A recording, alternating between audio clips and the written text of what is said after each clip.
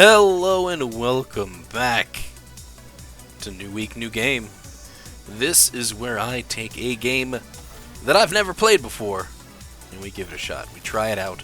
We play the game. We see if we like the game. We see what it's about. Generally, it's a game that maybe some people know, or one that's just been hanging out in my Steam library waiting to get played. This week's games, because there's two of them, is Capcom Arcade Stadium 1 and 2, and I decided to include both of them together instead of doing two separate videos for them. Now, out here, we don't really have arcade stores that you could really go to play games. I live in a major city, and I have not seen a single shop that was dedicated to just arcade machines. There was a retailer that would sell used and new video games that had arcade machines in them, and I would go down there and play the owner at some Marvel vs. Capcom 2, and he would just absolutely demolish me at Marvel vs. Capcom 2. And then there is, God, I want to say, movie theaters would have arcades, and that's just here in my city and state where we have that. Didn't really have shops dedicated just to arcades, but I heard they used to. I heard this used to be a thing. I just must have missed out on it. And also the arcade culture, I think, is really much more well known in Japan. A lot of the arcade machines that are modeled here that you are seeing now are modeled after the arcade machines that you could find in Japan, from what I've been told or heard. Anyways, just to give a little more detail on what Capcom Arcade Stadium is, I'm going to use my own words instead of what the Steam description tells me. You are going through and you are playing old school Capcom games that they were famous for having on arcades through a little game console.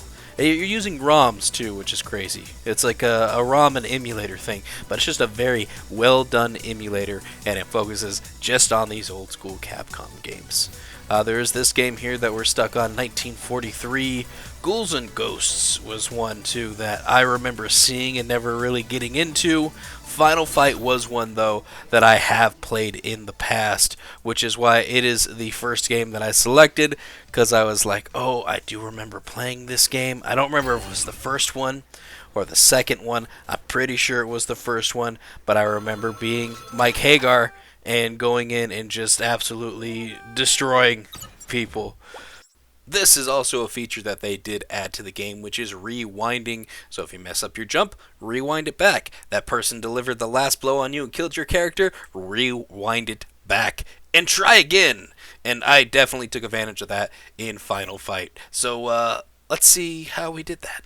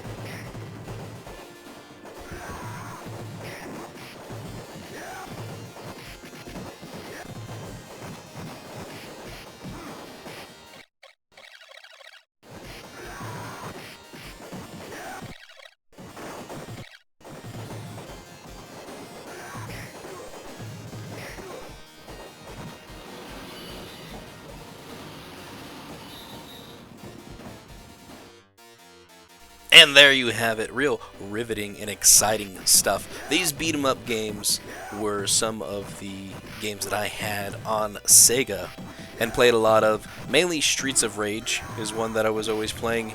I had a Sega Channel, and on Sega Channel they had where it was like different types of games monthly, and it would switch and go over. It was like a streaming service, but for video games. So think like PlayStation Now or the Xbox Game Pass. They had that back for the Sega Genesis, which is crazy, right?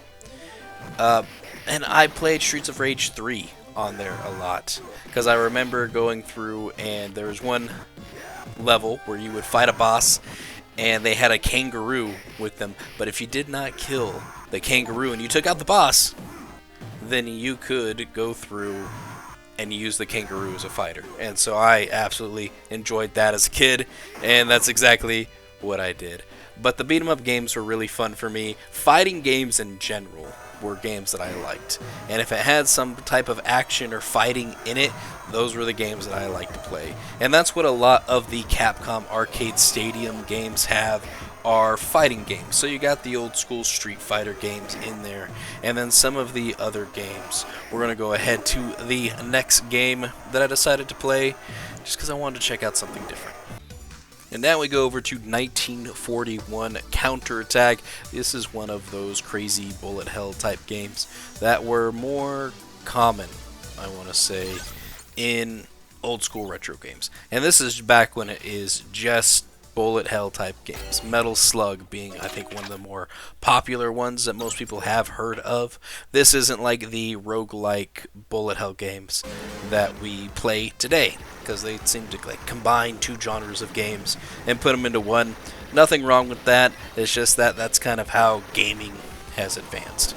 So going back and playing the earlier stages of the games that inspired the kind of games that I play now today is always a cool thing to do. With this particular game, they have high score systems, because that was something that mattered a lot. You didn't really have like a online leaderboard, which you do now in this game, but instead they had the high score system for video games, for arcade cabinets like this, where you could go get a high score and then leave your initials. And that's how you left your mark on the world. That's how you told other gamers that you were the best. That somewhere out there, somebody with the initials ASS was the greatest at this one particular game.